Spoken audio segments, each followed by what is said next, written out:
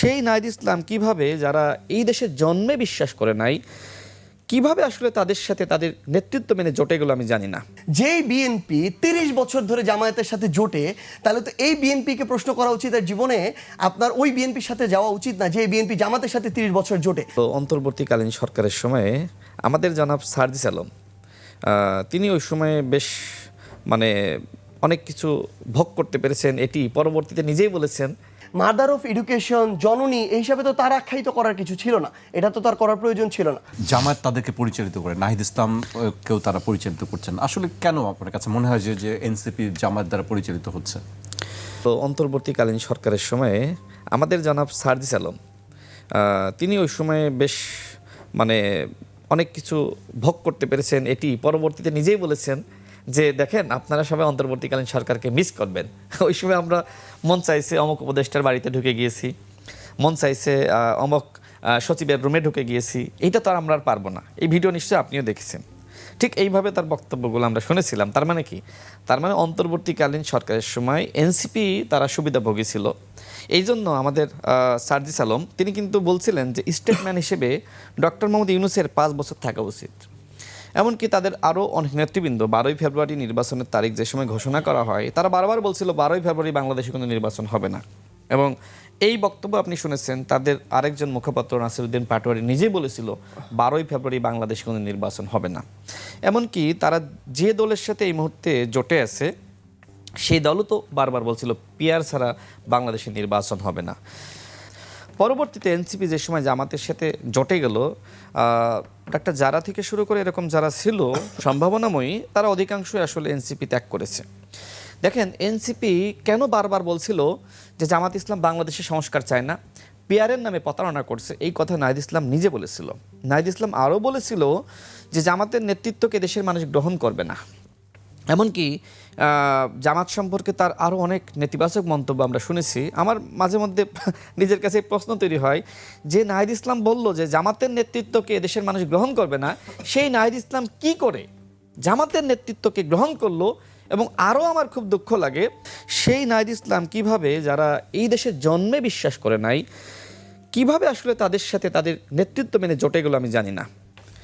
এত কথাবার্তা বলার পরেও আবার জামাতের সাথে এনসিপি কেন জোটে গেল আমি জানি না। আচ্ছা, আরও দেখেন যে জামাত ইসলাম তো একটা ইসলামিক দল, শরিয়া আইন কায়েম করতে চাই। সেখানে হাসনাত আবদুল্লাহ, যিনি জামাতের কাছে অত্যন্ত জনপ্রিয়, তিনি বলেছিলেন যে জামাত ইসলাম কি ইসলামিক দল? এ ধরনের প্রশ্ন সাংবাদিকদের কাছে তিনি নিজে করেছিলেন। এরকম অসংখ্য কথাবার্তা কিন্তু আমরা দেখেছি যে জামাত সম্পর্কে এনসিপি নেতৃবৃন্দ বলেছে। তারপরেও সেই এনসিপি নতুন বন্দোবস্তের কথা বলে, ওই যে পুরাতন বন্দোবস্তের কথা বললেন না, পরবর্তীতে একটু মার্জিত ভাষায় বললেন যে আমাদের যারা আসলে সিনিয়র রাজনীতিবিদ, তো সেই পুরাতন বন্দোবস্তের সাথে কেন আসলে এনসিপি গুলো আমি জানি না। মূল কথা হলো যে অন্তর্বর্তীকালীন সরকারের সময় জনাব সার্জিস আলমের যে বক্তব্য ছিল, ওই বক্তব্য যদি বিশ্লেষণ করেন তাহলে বোঝা যায় যে অন্তর্বর্তীকালীন সরকারের সময় যদি সুবিধাভোগীর তালিকা করেন তাহলে 1 নম্বরে এনসিপি, 2 নম্বরে জামাত। আমরা অনেক বক্তব্য শুনলাম, আপনি এর বিষয়ে আসলে কি বলতে চান? আমি নতুন প্রশ্ন না করে আসলে তার প্রশ্নের উত্তর কি আছে? অবশ্যই অনেকগুলো কথা বলেছেন ভাই। প্রথমত হচ্ছে ওই স্টেটমেন্টটা, যেটা আসলে খুবই একজন দায়িত্ববান মানুষের জায়গা থেকে খুবই বিব্রতকর একটা স্টেটমেন্ট, যেটা হচ্ছে উনি বলেছেন এনসিপি জামায়াতের মস্তিষ্ক দ্বারা পরিচালিত হয়। আসলে এনসিপিকে তো তার নিজের সাথে কম্পেয়ার করলে হবে না আসলে। কারণটা হচ্ছে ধরেন খুব স্বাভাবিকভাবেই উনি এখন একটা রাজনৈতিক দলে আছেন, হয়তো এর আগে আরেকটা রাজনৈতিক দলে ছিলেন, সেই দলে থাকা অবস্থায় উনি আরেকটা রাজনৈতিক দলের শীর্ষ নেতৃত্বের দ্বারা পরিচালিত হয়েছেন দেখে এনসিপিও কোনো দলের দ্বারা পরিচালিত হবে, ব্যাপারটা এরকম না আসলে।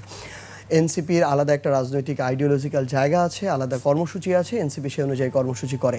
তাহলে আপনি কি ধরেন আমরা 5ই অগাস্টে আমার কালচারাল অঙ্গনকে একত্রিত করে আমরা একটা কনসার্টের জন্য কাজ করেছি, তো এটা কি জামাতের পরামর্শে কনসার্ট হয়েছে কিনা, এই প্রশ্নটা যদি আমরা ইভেন সামনে নিয়ে আসি, এরকম অসংখ্য বিষয় আছে।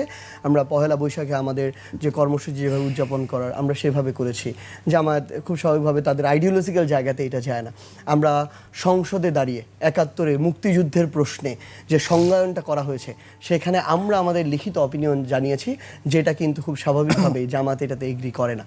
তো সেই জায়গায় আমরা আমাদের দলীয় অবস্থানটা যখন রাখা দরকার তখন যেভাবে রাখা দরকার আমরা সেভাবে রেখেছি।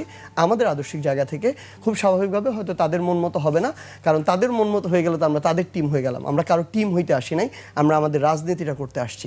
এখন ভাই যে জিনিসটা বললো আসলে যে আমরা আমাদের জায়গা থেকে এই যে ধরেন মামলা টামলা এই যে বিষয়গুলো বললো, খুব স্বাভাবিকভাবে এটা ট্রু যে এই অন্তর্বর্তীকালীন সরকারের সময় এমন বেশ কিছু মামলা হয়েছে, ধরেন 200টা নাম দিয়েছে, 200টার মধ্যে হয়তো 100 জন অপরাধী, 100 জন না, এরকম অনেক জায়গায় হয়েছে, কোথাও 50 জন, কোথাও 20 জন অপরাধী না। কিন্তু এটা কিভাবে হয়েছে, ওই তখন বিএনপির হঠাৎ করে যারা নেতা বনে গেল তারা এই মামলা বাণিজ্যটা কিভাবে করেছে, তারা আগে নামের তালিকা তৈরি করার সময় একবার নাম দিবে না ওই তালিকায়, এই জন্য টাকা নিয়েছে, এরপরে আবার ওই নামটা দিয়ে নামটা কাটানোর জন্য আরেকবার টাকা নিয়েছে, এরপরে যখন এজাহার হয়ে গেল তখন জামিনের জন্য আরেকবার টাকা নিয়েছে। বিএনপির স্থানীয় পর্যায়ের কিছু নেতাকর্মী এভাবে লুটপাট করে খেয়েছে মানুষকে। এক সেকেন্ড লেয়ার, এখন আপনি আবার যদি নিরাপরাধ মানুষদেরকে এখন জামিন আমার সমস্যা নেই, কিন্তু আমি যখন দেখি দীপু মনির জামিন হয়ে যায়, আমি যখন দেখি শিরিন শারমিন চৌধুরীর জামিন হয়ে যায়, তাদেরকে যদি রাশেদ খান নিরপরাধ বলতে চায় তাহলে এর চেয়ে আমাদের জন্য তাদের জন্য লজ্জার কিছু হইতে পারে না। আমি দেখি আমার জেলা ছাত্রলীগের যিনি সভাপতি, যার অত্যাচারে জেলার সাধারণ মানুষ অতিষ্ঠ হয়ে গিয়েছিল, সে জামিন হয়ে ওপেনলি ঘুরে বেড়াচ্ছে। আমি যখন দেখি যে মির্জা ফখরুল ইসলাম আলমগীরের আসনে ওইখানকার যে আওয়ামী লীগের এমপি ছিল 5 বার বা 6 বারের এমপি, সেই এমপিকে কমিটমেন্ট দিয়ে মির্জা ফখরুল ইসলাম আলমগীরের আওয়ামী লীগের ভোটগুলো নিয়েছে, সনাতন ধর্মাবলম্বী ভাই বোনদের ভোটগুলো নিয়েছে এবং নির্বাচনের 7 দিন পরে তাকে জামিন করিয়েছে, এটা নির্বাচনের আগে কমিটমেন্ট ছিল।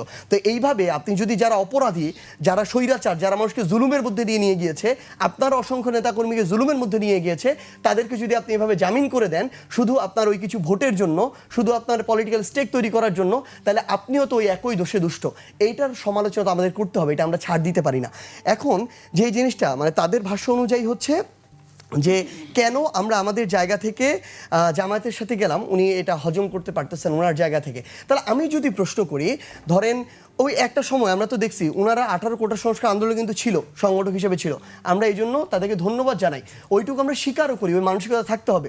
কিন্তু ওই আন্দোলনে তখনও তো 18 সালে তো শেখ হাসিনা একজন স্বৈরাচার, এর আগেও তো তিনি 14তে ভোট লুটপাট করেছেন, 18তে লুটপাট করেছেন, তাহলে মাদার অফ এডুকেশন, জননী এই হিসাবে তো তার আখ্যায়িত করার কিছু ছিল না, এটা তো তার করার প্রয়োজন ছিল না।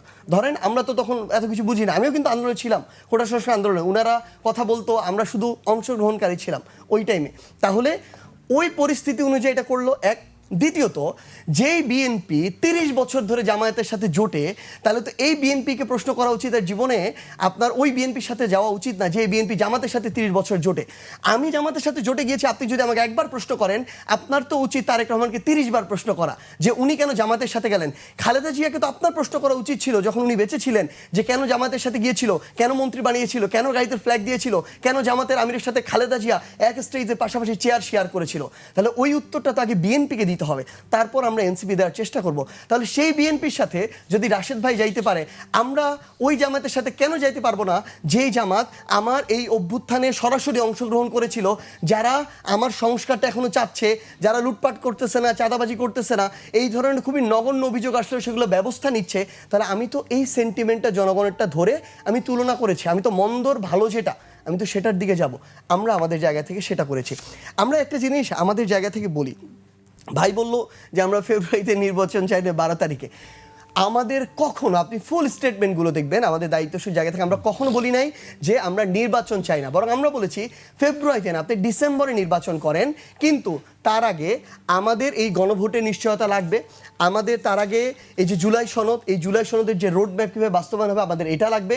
আমরা স্থানীয় নির্বাচন চেয়েছি, তাহলে আমাদের রাজনৈতিক দল হিসেবে কিছু এজেন্ডা থাকবে। আমার এজেন্ডা যদি রাশেদ ভাই ঠিক করে দেয়, বিএনপি ঠিক করে দেয়, তাহলে তো আমি আলাদা কোনো দলই হইলাম না।